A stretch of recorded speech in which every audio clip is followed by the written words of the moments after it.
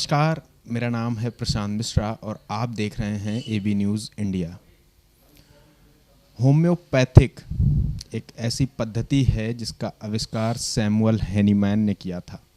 अब होम्योपैथिक शताब्दियों का सफ़र तय कर चुकी है और मौजूदा दौर में जब से कोरोना काल आया तब से होम्योपैथिक और होम्योपैथिक डॉक्टर्स दोनों ही चर्चाओं में हैं। जब एलोपैथिक दवा कारगर साबित नहीं हो रही थी उस दौरान कई लोगों को होम्योपैथिक ने नई राह दिखाई। आज हमारे साथ हैं डॉक्टर आरती मोहन, जिनसे हम बात करेंगे होम्योपैथिक के बारे में। डॉक्टर साहिबा, आपका बहुत स्वागत है। जी नमस्ते जी। डॉक्टर साहिबा, आपसे ये जानना चाहते हैं कि होम्योपैथिक मौजूदा दौर में लोगों की एक मांग के तौर पर प्रथम स्तर पर आ गई है, तो ऐसा क्यों? आप क्या कारण देखते हैं कि अब होम्योपैथिक पर लोग ज़्यादा विश्वास कर रहे हैं बनस्पत एलोपैथिक या किसी अन्य पद्धति पर? देखिए, जैसा अभी हमारा पिछला साल जो कोरोना से बीता है, आप लोग सभी जानते हैं कि कोविड में जो भी पेशेंट हॉस्पिटलाइज हुए उसमें से बहुत कम पेशेंट ऐसे थे जो वापस बच के आए। तो ऐसे में लोगों का विश्वास थोड़ा सा कम हो रहा है। और वैसे भी कोविड हो, डेंगू हो, चाहे चिकन पॉक्स हो, इन्फ्लुएंजा हो, चाहे जीका हो, ये सारे जो भी हैं ये वायरल जनित बीमारियां हैं। और वायरल जनित बीमारियों में होम्योपैथी का बहुत अच्छा रोल है। डॉक्टर सैमुअल हैनीमैन जिन्होंने होम्योपैथी बनाई थी, उनका भी जो सिद्धांत था वो वैक्सीनेशन पर ही आधारित था। जैसे कि हम लोग टीकाकरण कर रहे हैं, तो जो होम्योपैथी का भी सिद्धांत है वो भी वैक्सीनेशन पे ही आधारित है। और डॉक्टर सैमुअल हैनीमैन ने तो ये बहुत साल पहले ही निजात कर लिया था।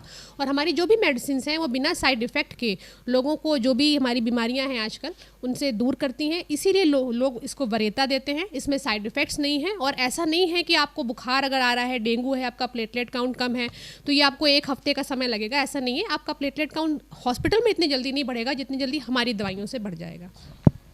डॉक्टर साहब, दरअसल जब कोरोना काल था तो हम लोग चूँकि फील्ड पर लगातार रहते हैं तो हमने देखा कि एलोपैथिक तो कारगर साबित हो ही नहीं रही थी, लेकिन होम्योपैथिक में चूँकि आप लोगों ने या डॉक्टर साहब ने दोनों लोगों ने भरपूर सेवा भी की और लोगों को दवाइयाँ बांटी और उसका असर ये देखने को मिला कि लोग अब होम्योपैथिक की ओर बढ़ रहे हैं। तो क्या आप मानती हैं कि होम्योपैथिक में इलाज पहले भी था लेकिन लोगों के प्रति जागरूकता जो है वो अब बढ़ी है? देखिए, होम्योपैथी में इलाज शुरू से था, बस लोगों में थोड़ी सी जागरूकता की कमी है। उस जागरूकता को हम लोगों ने बहुत भरपूर कोशिश करी कि लोगों को दूर दूर तक फैलाएं, चाहे किसी चैनल के माध्यम से हो, चाहे अपनी पब्लिसिटी हो, चाहे पुअर पेशेंट्स हो, चाहे कैंप हो। हमारा ये सिद्धांत रहा है कि हमारी क्लिनिक में कोई भी आएगा तो उसके पास पैसे हो और चाहे ना हो, हम लोग उसको इलाज करेंगे। और ये बीइंग अ डॉक्टर हम लोग को ऐसा करना ही चाहिए और सारे डॉक्टर्स को भी ऐसा ही फॉलो करना चाहिए। और होम्योपैथी जो भी मेडिसिन हैं वो सिम्टोमेटोलॉजी के अकॉर्डिंग पेशेंट्स को ना सिर्फ रिलीफ देती हैं बल्कि उनको आने वाले जो कॉम्प्लिकेशंस एलोपैथिक मेडिसिन से हो जाते हैं, जैसे कि आप डायबिटीज़ में देख रहे हैं, लोग जिनको डायबिटीज़ नहीं थी उनको स्टेरॉइड लेने के बाद डायबिटीज़ हो गई। आफ्टर कोविड उनको लंग्स में इन्फेक्शन अभी तक है, अभी भी सांस नहीं ले पा रहे हैं प्रॉपर, क्योंकि उनके लंग्स में इतना अभी भी ऑक्सीजन नहीं जा रही है। हमारी बहुत सारी ऐसी मेडिसिन थी जिनको आपको लेते ही आपको ऑक्सीजन लेवल बढ़ रहा था, आपको ऑक्सीजन सैचुरेशन की ज़रूरत ही नहीं पड़ रही थी। तो अगर थोड़ा सा सरकार और चाहे जो भी हमारे न्यूज़ चैनल और जो भी हमारे ये अखबार हैं, अगर थोड़ा सा होम्योपैथी के बारे में और लिखना शुरू कर दें, लोगों को और जागरूकता फैलाएं, तो निसंदेह होम्योपैथी हमारी जो है वो फर्स्ट फील्ड पे आ जाएगी। तो आपने कहा कि होम्योपैथिक फर्स्ट फील्ड में आ जाएगी, लेकिन आपने देखा कि जिस तरीके से होम्योपैथिक जो है वो अब प्रथम तौर पर आ गई है, जिसका आपने जिक्र भी किया।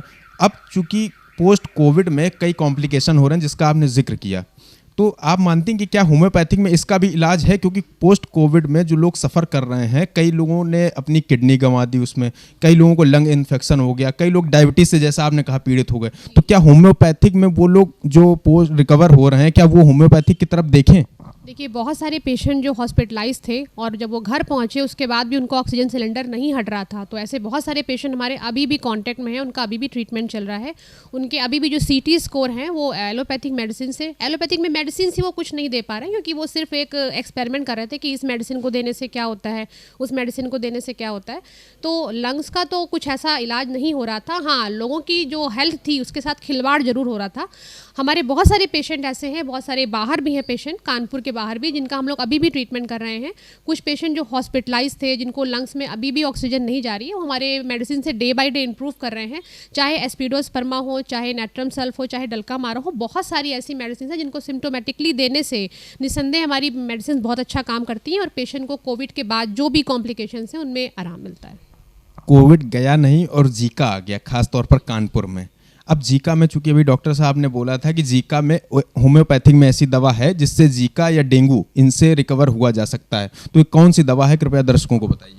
देखिए, जीका में कोई ऐसी एक दवा नहीं है। होम्योपैथी लक्षणों पे आधारित पद्धति है, उसमें अलग अलग पेशेंट्स की अलग अलग दवाइयाँ होती हैं। यहाँ पे इंडिविजुअलाइजेशन यानी हर एक पेशेंट अलग है, उसके हिसाब से हम लोग देते हैं। लेकिन हाँ, जो मेडिसिन जिनके बारे में आप जानना चाहते हैं, कुछ ऐसी मेडिसिन हैं जो हम लोग जिनको ज़्यादा देने की कोशिश करते हैं, जैसे पल्स है, डल्का मारा है, आर्सेनिक है, मर्कसॉल है। जैसे आप जीका की बात कर रहे हैं, जीका में रैशेस पड़ रहे हैं, लोगों को आई में इन्फेक्शन हो रहा है, पानी आ रहा है, सर में दर्द है, मांसपेशियों में बहुत ज़्यादा दर्द हो रहा है, तो यूपिटोरियम परफोरेटम बहुत अच्छा काम कर रही है, रेस्टॉक्स बहुत अच्छा काम कर रही है। लेकिन बिना चिकित्सीय सलाह के और बिना किसी डॉक्टर की सलाह के ऐसे मेडिसिन होम्योपैथी भी नहीं लेनी चाहिए। ये ज़रूर है कि आपको इसमें साइड इफ़ेक्ट नहीं है, लेकिन आपको कम आराम मिलेगा, इसलिए आप अपने आप करने से अच्छा किसी डॉक्टर से सलाह लेके तब आप उसका वो करें। डॉक्टर साहब, एक बड़ा ही जो जितना भी जो वर्ग है, जो पेशेंट कहें या उनको ये आम जनता कहें, उनमें एक ये भ्रांति ये है कि वो कहते हैं कि एक तो होम्योपैथिक जो है बहुत देर में वो होती है, मतलब जो वो देर में असर करती है, और दूसरा ये है कि क्या होम्योपैथिक और एलोपैथिक दोनों का साथ में हम सेवन कर सकते हैं? एलोपैथिक का आपकी दवा चल रही है और आप होम्योपैथिक का भी सेवन करें, क्या ऐसा कर सकते हैं? देखिए, मैं किसी भी पैथी की बुराई नहीं करना चाहती हूँ। हर पैथी की अपनी लिमिटेशंस हैं और स्कोप है। निसंदेह अगर कोई इमरजेंसी केस है तो हम पेशेंट को इमरजेंसी में ही एडमिट कराएंगे, स्टिचेस लगवाएंगे, उसको पेन किलर देंगे। लेकिन जब पेशेंट आपका क्रॉनिक लीवर डिजीज़ का है या कोई स्किन प्रॉब्लम है, या जैसे आप कोविड के कॉम्प्लिकेशंस कह रहे हैं, तो तब मेडिसिन नहीं है प्रॉपरली, तो ऐसे में आप बिल्कुल हमारी मेडिसिन का वो कर सकते हैं। और साथ में अगर आप बात करें, पेशेंट अगर डायबिटीज़ का है या थायराइड का है, तो हम लोग अचानक से मेडिसिन नहीं बंद करवाते हैं, क्योंकि पेशेंट की बॉडी उनकी यूज टू होती है। हम लोग धीरे धीरे बोलते हैं आप उसके डोज कम करिए, फिर हम लोग अपनी मेडिसिन पे लेते हैं। क्योंकि अगर आप अचानक से कोई एलोपैथिक मेडिसिन विड्रॉ करेंगे तो विड्रॉल सिम्टम्स आने लगते हैं पेशेंट को, तो इसलिए अचानक से कोई भी मेडिसिन नहीं बंद करानी चाहिए। या फिर पेशेंट को कोई ऑटो इम्यून डिजीज़ है, पेशेंट बहुत दिनों से कोई स्टेरॉयड ले रहा है या फिर कोई और दवाई ले रहा है, तो आप अचानक से ऐसे नहीं बंद करा सकते हैं। हाँ, साथ में आप थोड़े से गैप में, अंतराल में आप दवाइयाँ दे सकते हैं।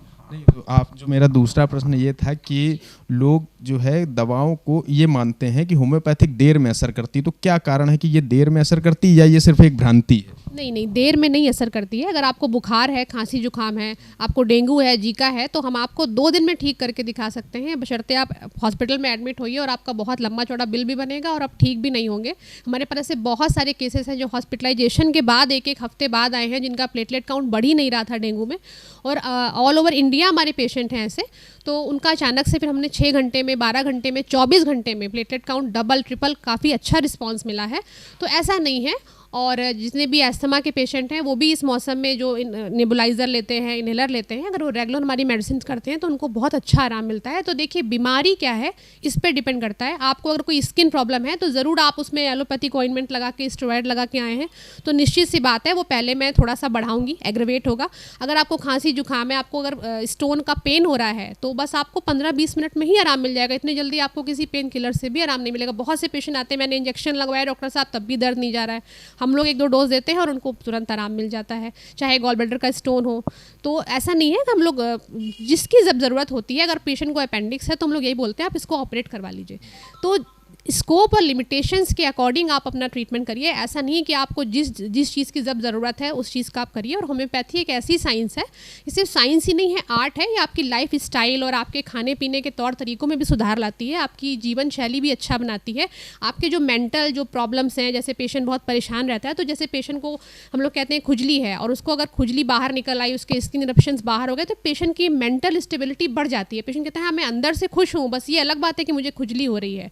तो होम्योपैथी में बहुत स्कोप है। अगर थोड़ा सा ध्यान इस पे सरकार दे तो निश्चित बात है होम्योपैथी बहुत अच्छा काम करेगी। एक भ्रांति और है कि लोग कहते हैं जो डायबिटिक पेशेंट होने चाहिए, अभी वर्ल्ड डायबिटीज़ डे था, तो जो डायबिटीज़ पेशेंट होते हैं वो कहते हैं उनको होम्योपैथिक का सेवन नहीं करना चाहिए। क्या ऐसा ये सही है या गलत है? ऐसा बिल्कुल भी नहीं है। होम्योपैथिक बहुत से पेशेंट होते हैं जिनको एलोपैथिक मेडिसिन सूट नहीं करती है, उनको खाने के बाद उनको डिजीनेस है, वर्टिगो है, या वॉमिटिंग जैसी फील होने लगती है, या उनकी शुगर लेवल कंट्रोल नहीं हो रही होती है।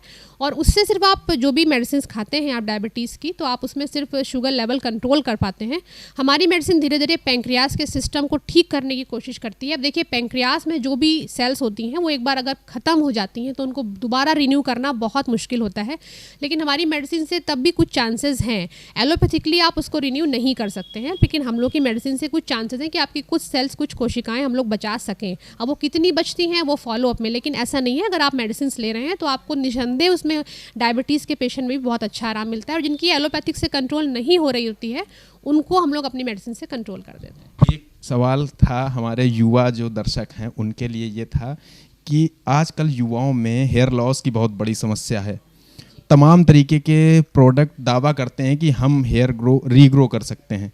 क्या ये पॉसिबल है? पहला तो ये, और दूसरा ये, क्या इसका होम्योपैथिक में इलाज है? क्योंकि कई होम्योपैथिक डॉक्टर्स मार्केट में इसका इलाज करने का दावा करते हैं और कहते हैं बाल हम दोबारा आ सकते हैं एक बार जो झड़ गया।